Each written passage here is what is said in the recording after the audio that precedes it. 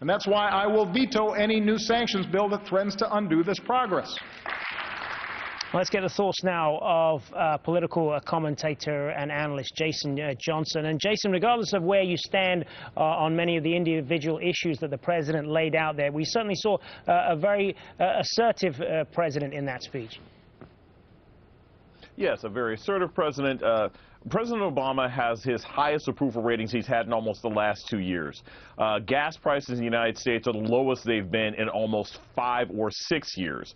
The economy seems to be coming back in a way that is not only reflective of recent Christmas holiday shopping, but seems to be sustainable job growth of permanent employment. So he was much more confident and much more aggressive in this State of the Union than probably any I've seen since perhaps the first year of his presidency.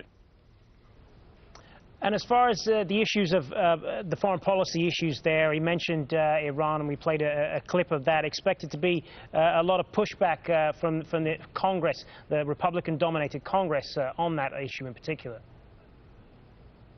Yes, I mean, it's very clear you had many members of Congress, new members, certainly in the Senate, who ran, saying that putting increased and harsher sanctions against Iran are incredibly important to them. You actually have some Democrats who are in favor of increasing harsher sanctions against Iran. And this is where there's a real disconnect between the White House and the Senate.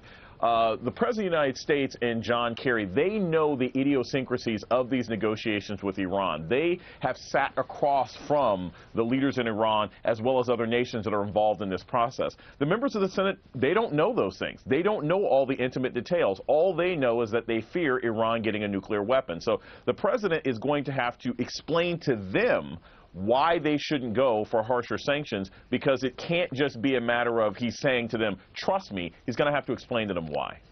The thoughts of Jason Johnson there in Washington. Thanks for that, Jason. Now, Barack Obama has said the Congress should work on ending as well the 5-decade-long trade embargo on Cuba. Obama and his Cuban counterpart, Raul Castro, had announced the resumption of diplomatic ties